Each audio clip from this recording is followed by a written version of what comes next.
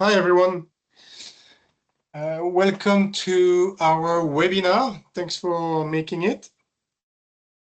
We're going to give everybody a bit of time to join, a few minutes, and then we'll get started.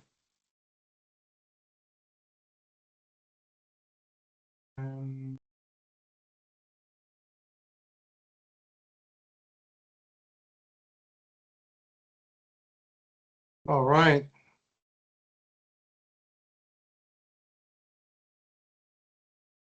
Yeah, so I think we have the possibility to ask questions on the Q&A channel, so don't hesitate. You can also raise your hand and speak, so there's a number of ways to interact. Hopefully, don't hesitate to interact. We've conducted this session earlier this morning as well in private with a private client. There was quite a number of questions around AI and so on, so just don't hesitate to stop the webinar. We're going to get going. It's a tight schedule. So just starting with introductions, I'm Cedric, the founder of MantaRisk. I started my career as a AI research scientist, but then left that and now realized that I was 20 years too early. So it's a good thing that AI is at this point at the moment. We're having a lot of fun with it, and hopefully we can share some of our thoughts today. Raphael? Yeah, my name is Raphael. I actually come from physics. I spent 10 years or so in the risk management companies, and then now I co-founded MantaRisk with Cedric. And we also have Jonas with us, who is our head of sales. Okay, so what are we going to talk about today? We're going to give you a bit of context around the LLM in wealth management. This is really what prompted this webinar. We wanted to interact with you guys and tell you what we're doing and also understand where your head is at with it. And then we'll show you as well a cool demo of a first kind of use case that we've seen with the prospect in Geneva as well, who's using AI as its center tool for portfolio management system. And then we'll open up the floor for Q&A. Okay, so what does the wealth management stack look like today? Today, the portfolio management system is basically the center of a typical wealth management stack. So by portfolio management system, we mean different things. For some people, it's Excel. For some people, it's like Wellfark or Adepar. And then for some people, the larger clients, typically, it will be a banking platform like Avaloq. So we've got some experience of Avaloq in the team as well here. So what does a PMS do well? It's very good at collecting and standardizing information from many different custodians. And I would say this is kind of the big value add here, right? And this is not going anywhere. It's very, very hard work and not something that AI can easily replace. So that's definitely a big value add. What else does the PMS do well? It's very good at repetitive tasks like portfolio tracking, valuation, monitoring. And then finally, it's also very good at compliance because compliance needs to be exact.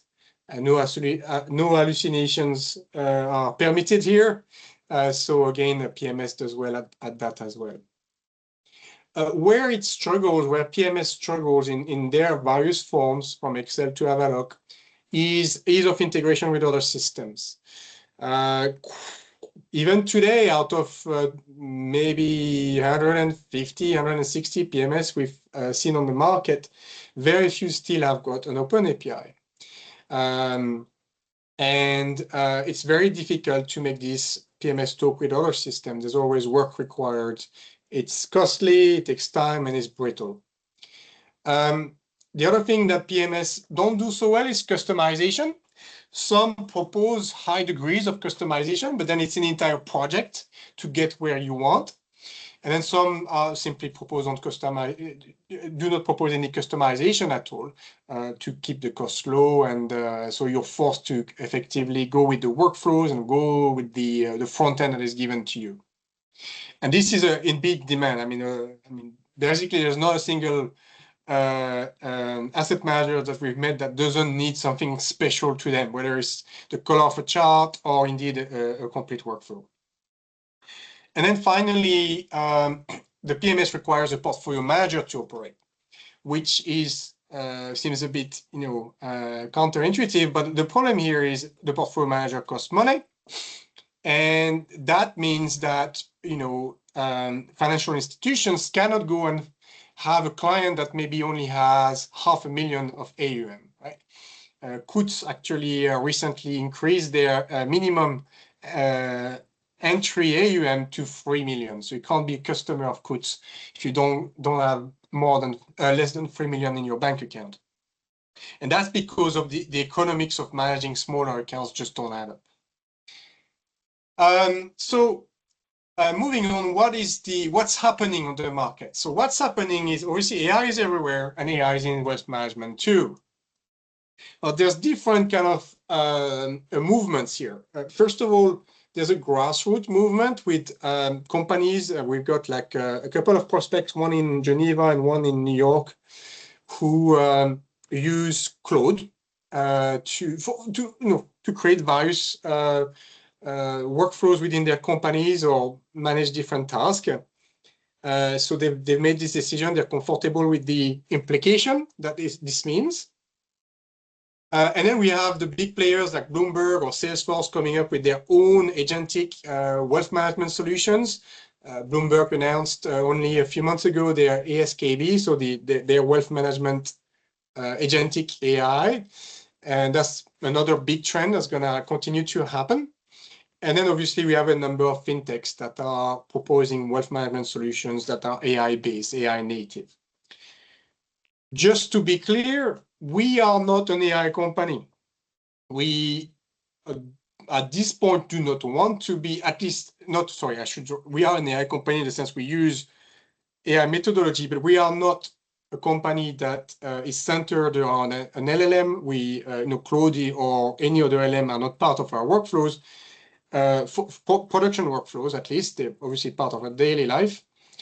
And that's because at the moment, there's a large concern in the industry as to where the data goes. So we can't afford to just send our data to LLM. Our clients would not like that. So our job is analytics. We focus, and we're, I would say, rather good at that. And where we participate is we can now, thanks to the MCP server that we've recently released, we can participate into this agentic ecosystem. So we're able to, so Claude or ChatGPT or Gemini is able to easily interface with us. And then you will see where this leads. It leads to really interesting use cases. So as I said, AI is coming in, and we're kind of, if taking it to an extreme, what people see is an LLM being the interface between you and your data, right?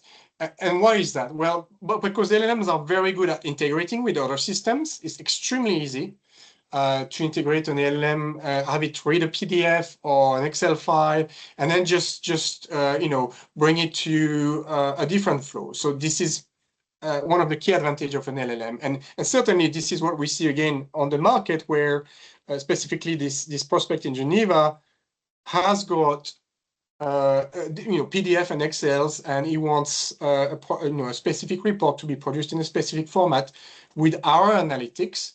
And the easiest way for him to do that is to use an LLM, right? They have a PMS, but the integration with the PMS would just cost too much money and be too rigid. So this is where their head is at the moment. LLMs are also very good at customization. They're very flexible. They will adapt to your workflow. They will adapt to your style, of reports, to everything that pertains to your company. And so that's another large benefit again. And then finally, LLM bring productivity improvements because it's able to analyze data. It's able to understand what a mandate is.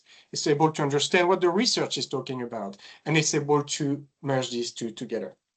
So this is where people are going with this. Now, will it all happen? I don't know, but this is kind of where the trend is. Please don't hesitate to ask any questions if it's unclear. So we're gonna go and jump into something maybe a bit more interactive, which is the demo. And here, the first use case is a productivity gain. It's based on our experience, as I said, with this prospect.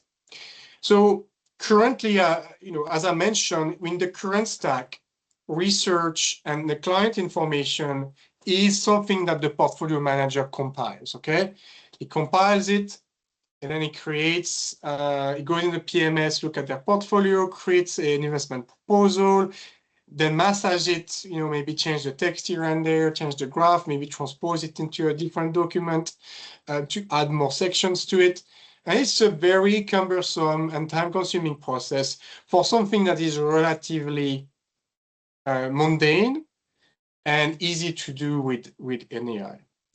So what we're proposing here, and indeed the proof of concept we've built, is to use the LLM to do that for you with our data, our analytics in the backend, so that there is no hallucination. This is the real data, but with the brain of the LLM that is able to mesh everything together.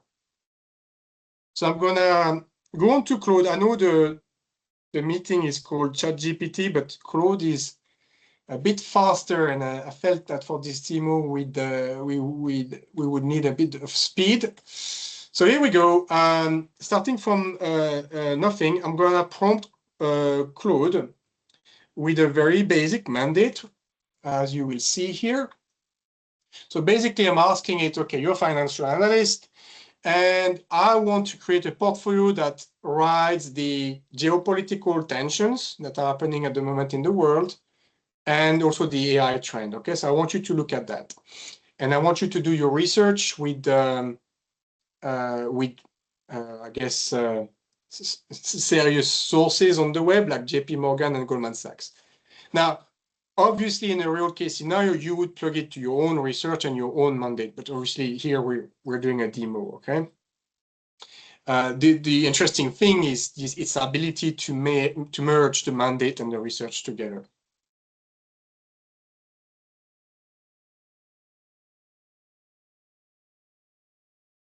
Okay, so here we go.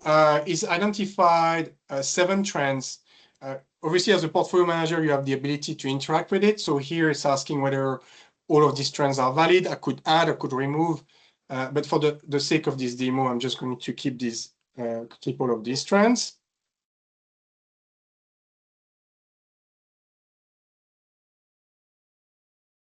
The other thing with AI is that AI is capable of building applications for you. So here I know I'm using the prompt, but it doesn't need to be this way. You can ask, we could have asked Claude here to generate a front end with this specific flow, and it's just box ticking, and it's much more visually pleasing.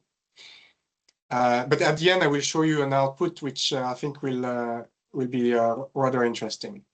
So okay, so we've got again investment themes. I could change some of these topics. I'm not going to change anything at this point. Again, we're going to continue with the demo, and we're going to keep all of those topics. So until now, Claude has only been talking to the web, so basically doing the research bit, looking at my mandate, and then just combining these together. Now it's the part where it's going to start talking to our own server, our MCP server, to resolve instruments, financial instruments, to balance the portfolio, and then to create the analytics around the portfolio, and then ultimately create an investment proposal. So whilst it's thinking, I'll go back to the demo in a second. I'll show you another use case of AI. So the next stage after the kind of the simple workflow I guess, optimization with AI, is to use AI as the interface to your data. So the portfolio manager is still in charge.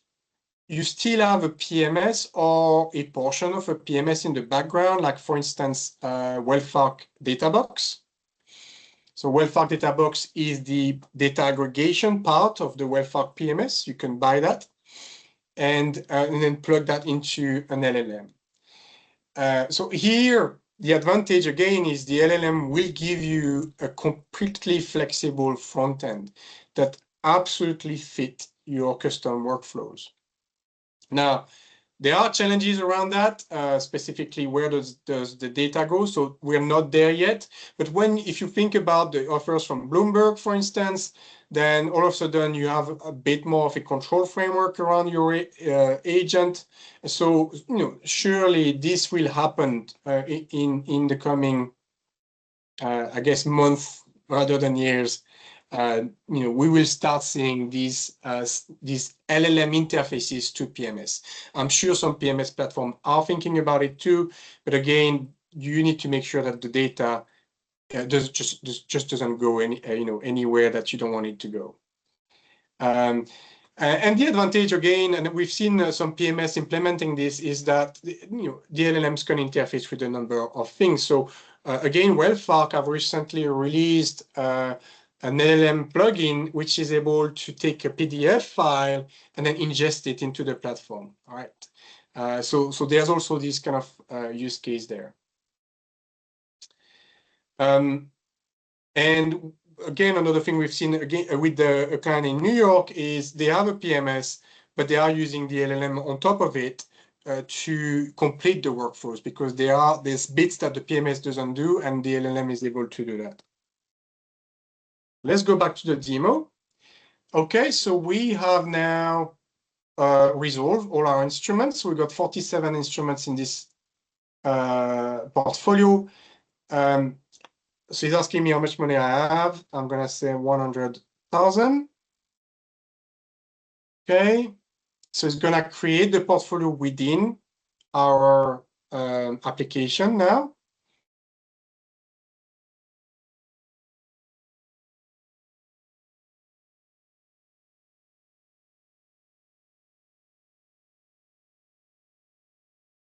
Okay, and now it's asking me, how do you want to balance the portfolio? So I'm going to balance for volatility.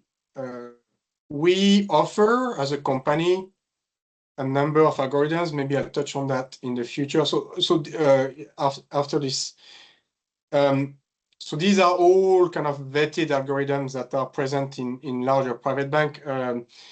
So these methodologies are well understood, and indeed the regulator accept them. So we're gonna balance for volatility. I picked volatility simply because it maximizes performance. On a long-term portfolio, it tends to be a good idea in general. Okay.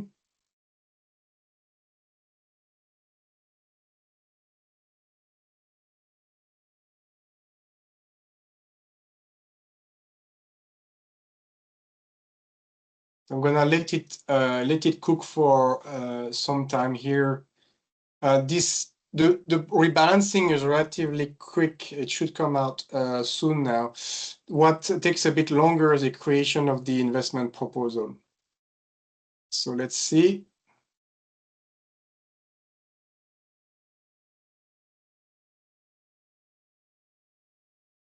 Again, if you have any questions, don't hesitate in the Q&A.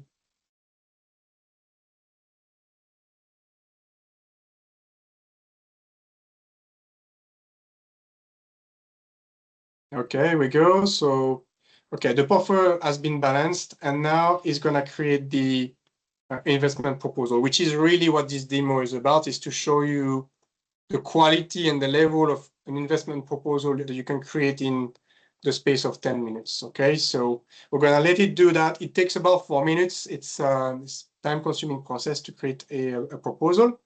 Now I'll talk to you about the last use case as well. So now we're looking very, very far into the future, right? I mean, very far, maybe years, right? Now, there's been a market segment that has been elusive to the larger private banks, I would say, rather than maybe the family offices, which is the mass affluent market. So again, people who've got, I don't know, $500,000 to even $2 million to invest. And it's been historically, economically very difficult for a private bank to serve those clients. They just don't make enough money to give them the full experience. And then on the other side of this coin, because these clients are not served, the only products that make sense to them are funds and ETF, and it's just not meeting their demand. So there is a bit of a gap. It's a known gap. The industry has tried to resolve it for years, but has not succeeded. There's been like 4 waves of robo-advisory. I was lucky enough to be with Coutts 3-4 years ago with their CIO, talking about the topic, because Coutts is with NatWest, so there's a huge pool of money there for them, but they've not been able to capture that market yet. So here is maybe a potential to do that. And the key enabler here is the avatar. So avatars are a new thing. It's very spooky. I mean, it's me. It looks like me speaking right now, and you're interacting with an AI, but with an image that is effectively me speaking.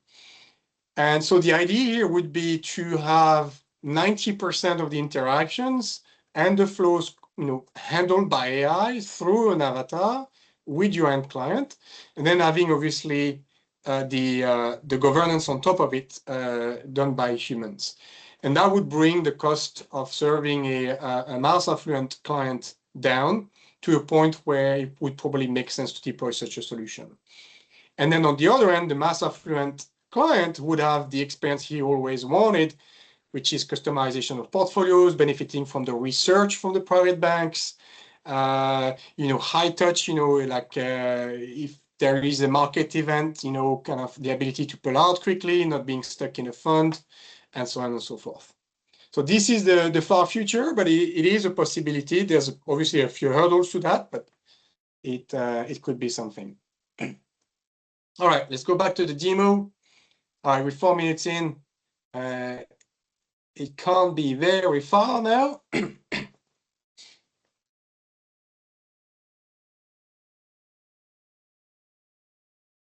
Maybe we'll see this cooking. I'll give you a few kind of pieces of information as to what we do. So this is our kind of front end.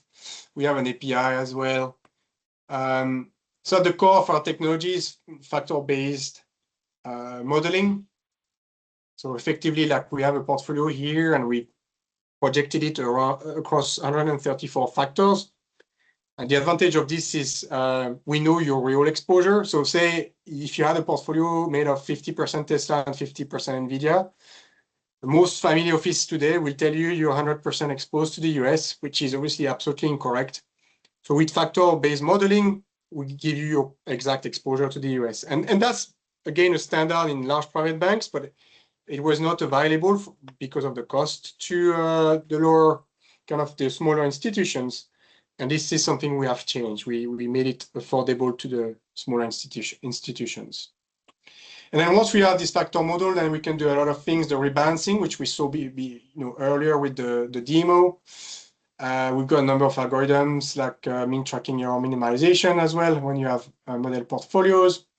We can do historical stress testing, hypothetical stress testing. So here, like, what is the impact on my portfolio if the oil goes by 40%? And you can see the impact is rather negative. We've got performance attribution analysis, and then also cash flow forecasting. On this portfolio, it's not particularly interesting because it's only equity, but if you add fixed income, it becomes a lot more interesting. All right, let's see if this demo has completed. Still thinking. I think it's going to take another couple of minutes. You never know. Any questions?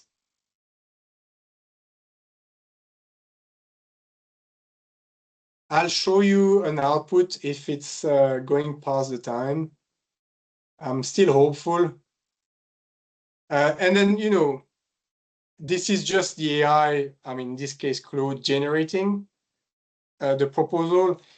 Once, when we work with clients, this generation is automated, right? So the AI produces the content, but the generation of the HTML itself, in this case, is just coded just because it's much faster.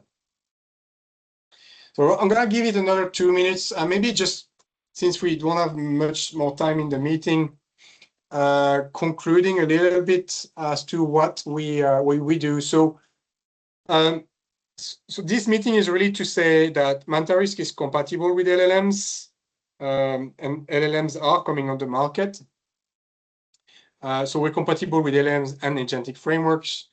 We have the capability and indeed are already helping clients when they have decided to use an LLM. We obviously are not an LLM provider, but we have enough experience to set these up to meet their requirements, okay? Again, it has to be the family office or the private bank's decision to use this technology. We do not provide it. We are an analytics provider, but if they have made this decision, then we can come and help. Now, let me show you this. Okay, 8 minutes and counting. I'm gonna give it till 9, and then we'll see. I'll show you what one that has been generated before. Here we go, saved by the gong. All right.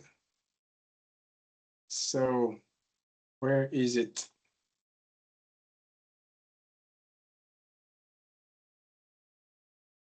It's happening. Just need to be a bit patient, but we're not far.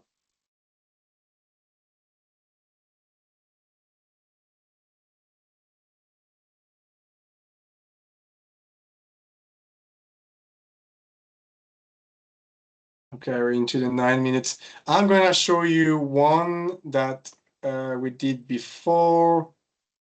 I'm sorry it's taking so long. It's variable, I would say. It's been 4 minutes one day and then 9 minutes the other day. So let me show you a little bit what it looks like, because that's kind of really the key here. So one that we've done before would be here. Okay. All right, so this is the output that hopefully will come out of this at some point. Completely AI generated, so executive summary, thematically structured portfolio, research done with Morgan Stanley, Goldman Sachs, JP Morgan, all the key trends explained, the investment themes, details around that as well, the portfolio allocation based on our own balancing. So this is our kind of data there, with a nice graph that, completely AI generated. The risk analytics, so volatility explanation of, what is R square, why is this good to have a low R square, and then ultimately the factor analysis with your exposures to sectors, currencies, and geography, and then obviously a disclosure at the end. So this, if you think about a portfolio manager doing that manually, it is quite time consuming. So this is something we're working on with the prospect in Geneva, and that is, I think, super interesting just because of the time savings, right? I mean, you're literally probably taking 30 minutes to an hour, and then you reduce it down to a few minutes with an AI agent. You don't have to wait for it. It can just do it. I'm still thinking. I'm sorry about that. Yeah, it will happen. It's just a matter of time. All right. Well, any last questions, maybe? Yes, Gabriel. Let me just give you the microphone. Here we go. You can unmute yourself and speak if you want. Okay. Can you hear me? Yeah. Hi. Good afternoon. Thank you, Cedric. Thank you, Raphael. Thank you. That's been great demo. I may have probably two questions. The question number one is about the capacity for the system to make this kind of stress testing and time to liquidate the portfolio, like showing, because I see in the cash flow you can go to the next 5 years. And what is the maximum range you can go for the cash flow projections? And do you have this capacity to have this time to liquidate? And question number two, it's about the pricing. I mean, I don't ask you like the full price, if there's about the range of price you estimate for your clients. The easy question is the pricing. We are completely transparent. The pricing is on our website. So depending on the number of portfolios and the number of instruments you have, you will get a price. But we are very affordable because our main market are family offices, right? So our competitor starts at 100,000 a year.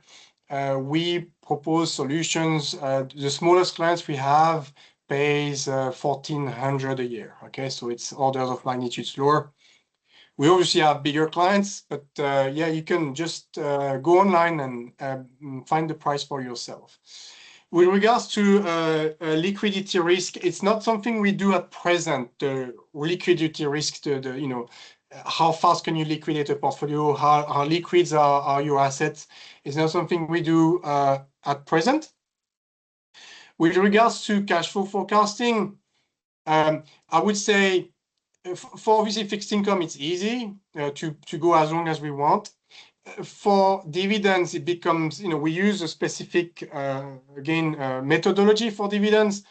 But I would say after 5 years, you have to ask yourself questions about whether this methodology continues to be relevant, I would say. I'm sure Raphael can tell more about all of these.